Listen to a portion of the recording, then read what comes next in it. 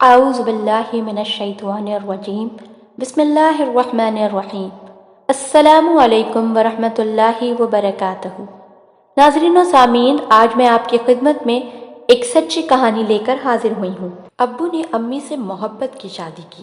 وہ غیر خاندان سے تھیں، دونوں کی مادری زبان مختلف تھی، خاندانی طرز زندگی اور رہن سہن کا بھی بہت فرق تھا، لیکن محبت تو اندھی ہوتی ہے، یہ امیری غریبی ذات پات کچھ نہیں دیکھتی۔ تبھی والد نے گھر والوں کی مخالفت کی پرواہ کیے بغیر شہر جا کر اپنی پسند کی لڑکی سے کورٹ میرج کر لی۔ شروع میں دونوں نے نبھانے کی کوشش کی، ایک دوسرے کا خیال رکھا، دکھ سکھ میں قربانیاں دیں، لیکن وقت کے ساتھ ساتھ مزاجوں کا اختلاف مسئلہ بننے لگا۔ ابو کچھ کہتے تو امی اس بات پر سمجھوتا نہ کرتیں، سمجھوتے کیے بھی تو یہ سمجھوتے الجھنوں میں بدلنے لگے۔ نوبت یہاں تک پہنچی کہ زندگی عذاب بن گئی۔ اب ان کا بات بے بات پر جھگڑا رہنے لگا تھا۔ ہم سب بہن بھائی اسی وجہ سے سخت پریشان تھے، مگر اب کچھ نہیں ہو سکتا تھا۔ ہم انہیں سمجھا بھی نہیں سکتے تھے۔ امی سسرال نہ جاتی تھی، لیکن دادی ہماری خاطر آ جاتی۔ انہیں ہم سے محبت تھی۔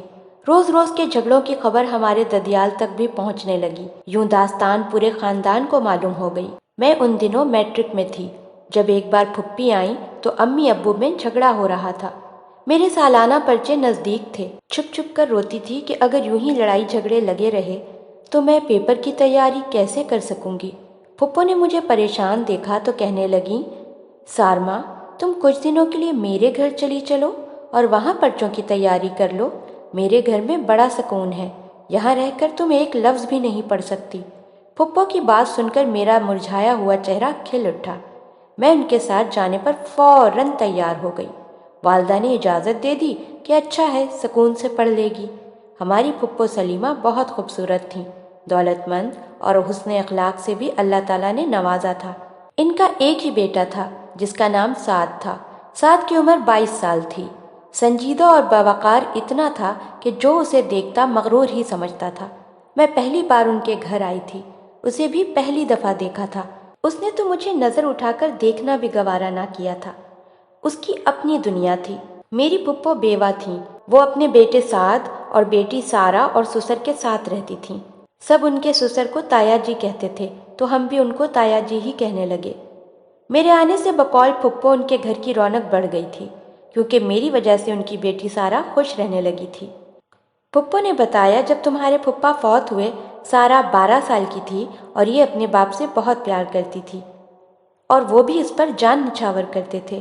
ان کی اچانک وفات کا سارہ نے اتنا زیادہ اثر لیا کہ ایک عرصے تک زبان اس کی چپ سی ہو گئی، کسی سے بات نہ کرتی، گھر والوں سے بھی کچھ نہیں بولتی۔ اسکول جانا چھوڑ دیا، سہیلیوں سے ملنا جلنا بھی چھوڑ دیا۔ لگتا تھا کہ یہ اب کبھی جیتی جاگتی زندگی کا حصہ نہ بن سکے گی۔ رفتہ رفتہ کچھ حالات سنبھل گئے، لیکن پہلے جیسی نہ رہی۔ مجھے خوشی ہے کہ تمہارے آ جانے سے اس کے چہرے پہ رونق آ گئی ہے، اب تو ہنستی بھی ہے۔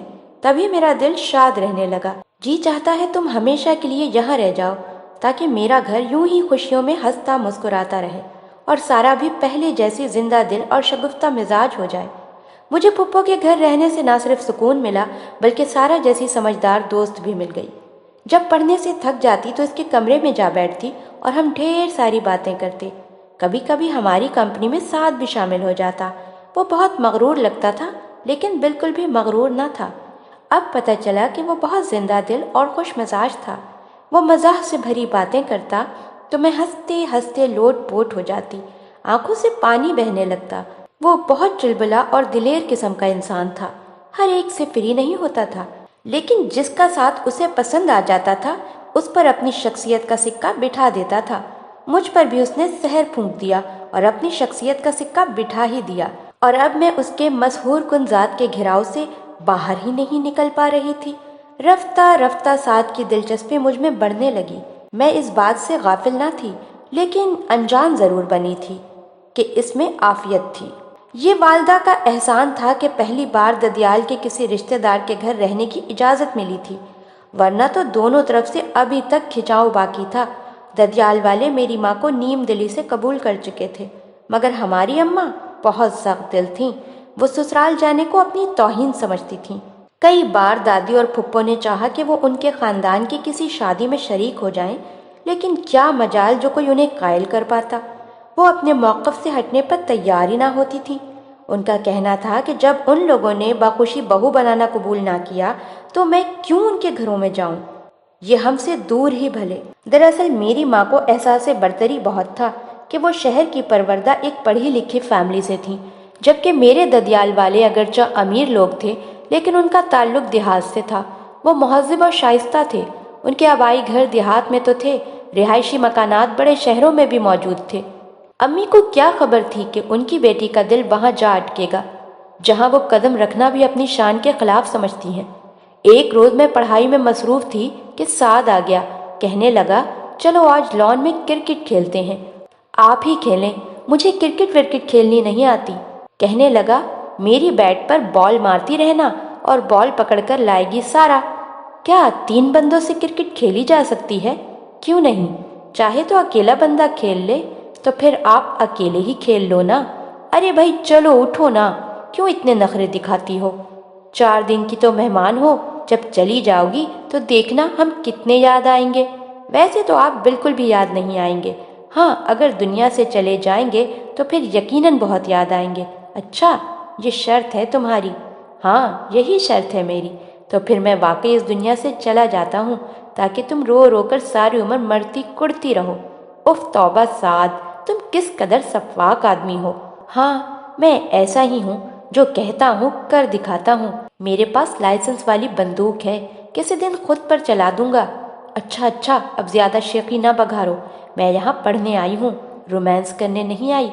کیا تم اسے رومانس کہتی ہو؟ اس نے ایک آم میری طرف اچھال دیا۔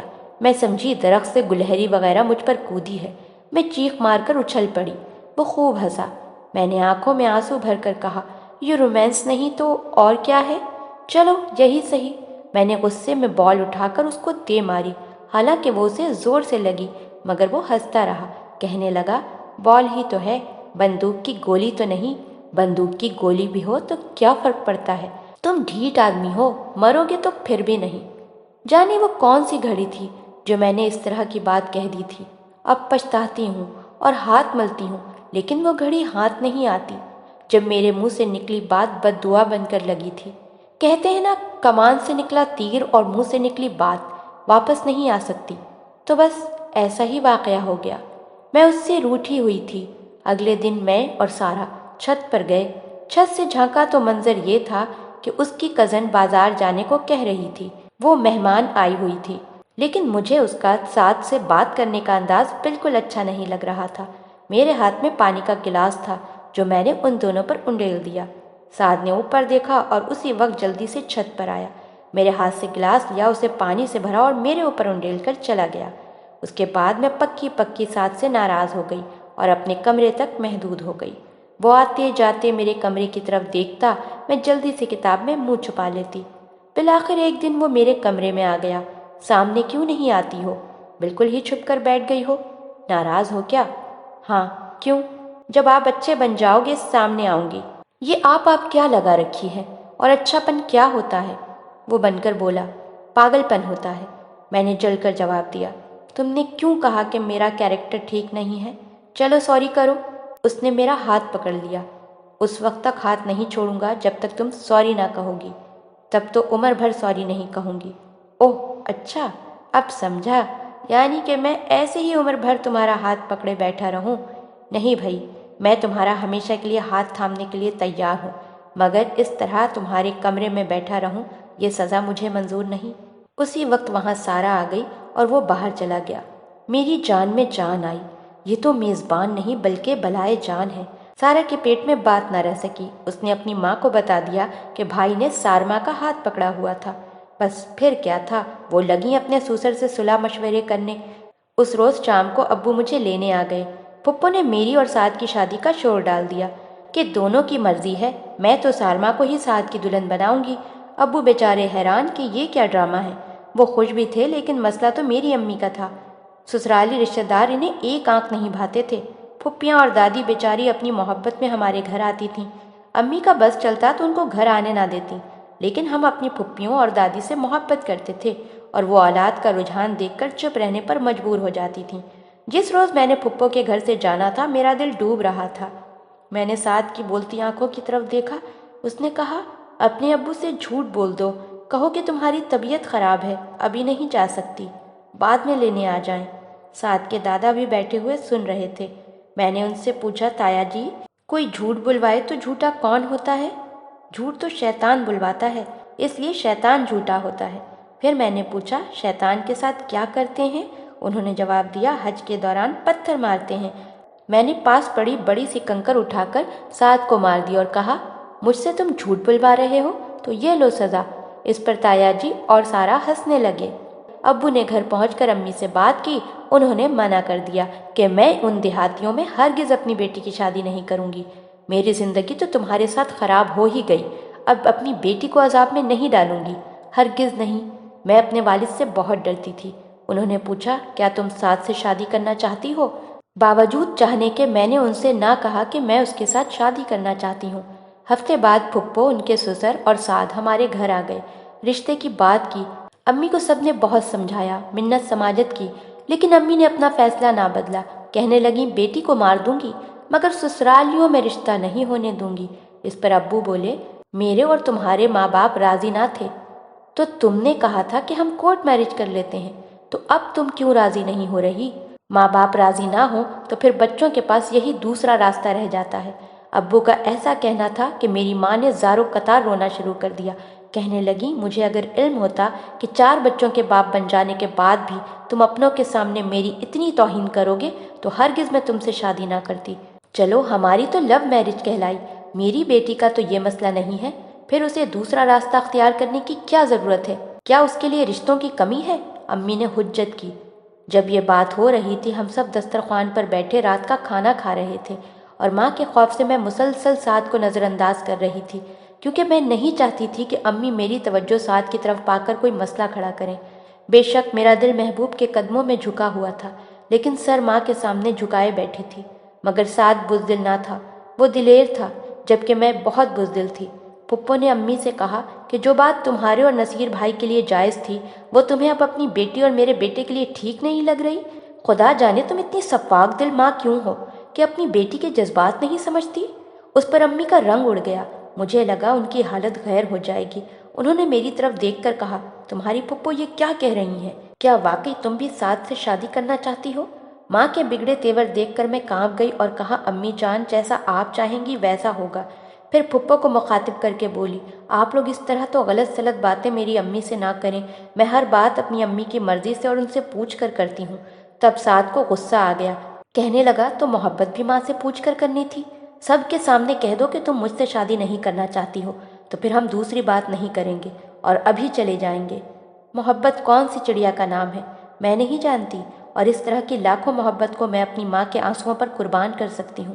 میری بات پوری نہ ہوئی تھی کہ سعد نے ایک زور کا تھپڑ اپنے ہی گال پر مارا اور پسٹل نکال کر دل پر رکھ لیا اور کہا، کہو کہ تمہاری رضا اس رشتے میں نہیں ہے، ابھی کہو، ہاں میری رضا اس رشتے میں نہیں ہے۔ میرا یہ کہنا تھا کہ اس نے پسٹل چلا دیا، گولی اس کے سینے میں اتر گئی۔ یہ نظارہ دیکھنے کی کس کو تاب تھی؟ سب کچھ چند لمحوں کے اندر ہو گیا تھا۔ سعد کا خون گرتے دیکھ کر میں بے ہوش ہو گئی۔ ہوش آیا تو گھر خالی تھا۔ خوب دھاڑے مار کر روئی، اللہ سے وعدہ کیا کہ اس کے سچے جذبات کی قدر کروں گی۔ رات کے 2 بجے سارا اور دادا جی گھر آئے۔ میں نے سعد کے بارے میں پوچھا تو وہ رونے لگے، بولے، بیٹی تم کتنی خود غرض ہو، میرے مرحوم بیٹے کی اکلوتی نشانی کی زندگی عذاب بنا دی۔ سارا نے کہا، بھائی ICU میں ہے، گولی دل کے اوپر لگی ہے، وہ مجھے ہچکیاں لے کر بتا رہی تھی۔ امی اسپتال سے آ گئیں لیکن ابو اور پھپھو نہیں آئے۔ سرجن تایا جی کے جاننے والے تھے، انہوں نے بہت احتیاط اور توجہ سے علاج کیا۔ جب سعد سفر کے قابل ہوا تو ابو اور پھپھو اسے لندن لے گئے۔ کچھ دنوں بعد انہوں نے فون پر خوشخبری دی کہ سعد بچ گیا ہے۔ میں نے خدا کا شکر ادا کیا۔ اب تو امی بھی کھسیانی سی لگتی تھیں، منہ سے کچھ نہ کہتی تھیں، افسوس ان کے دل کو بھی لگا ہوا تھا۔ سعد کچھ عرصے بعد پاکستان آ گیا۔ وہ پہلے جیسا نہ رہا۔ اس نے کہا، میری زندگی کا اب بھی کوئی بھروسہ نہیں ہے، جہاں چاہیں سارمہ کی شادی کر دیں۔ والد صاحب نے بھی نہ جانے کیا سوچا۔ اس دن کے میرے انکار سے شاید یہی جانا کہ میں سعد سے انسیت نہیں رکھتی، لہٰذا انہوں نے میری شادی میری والدہ کی مرضی سے ان کے بھانجے سے کر دی۔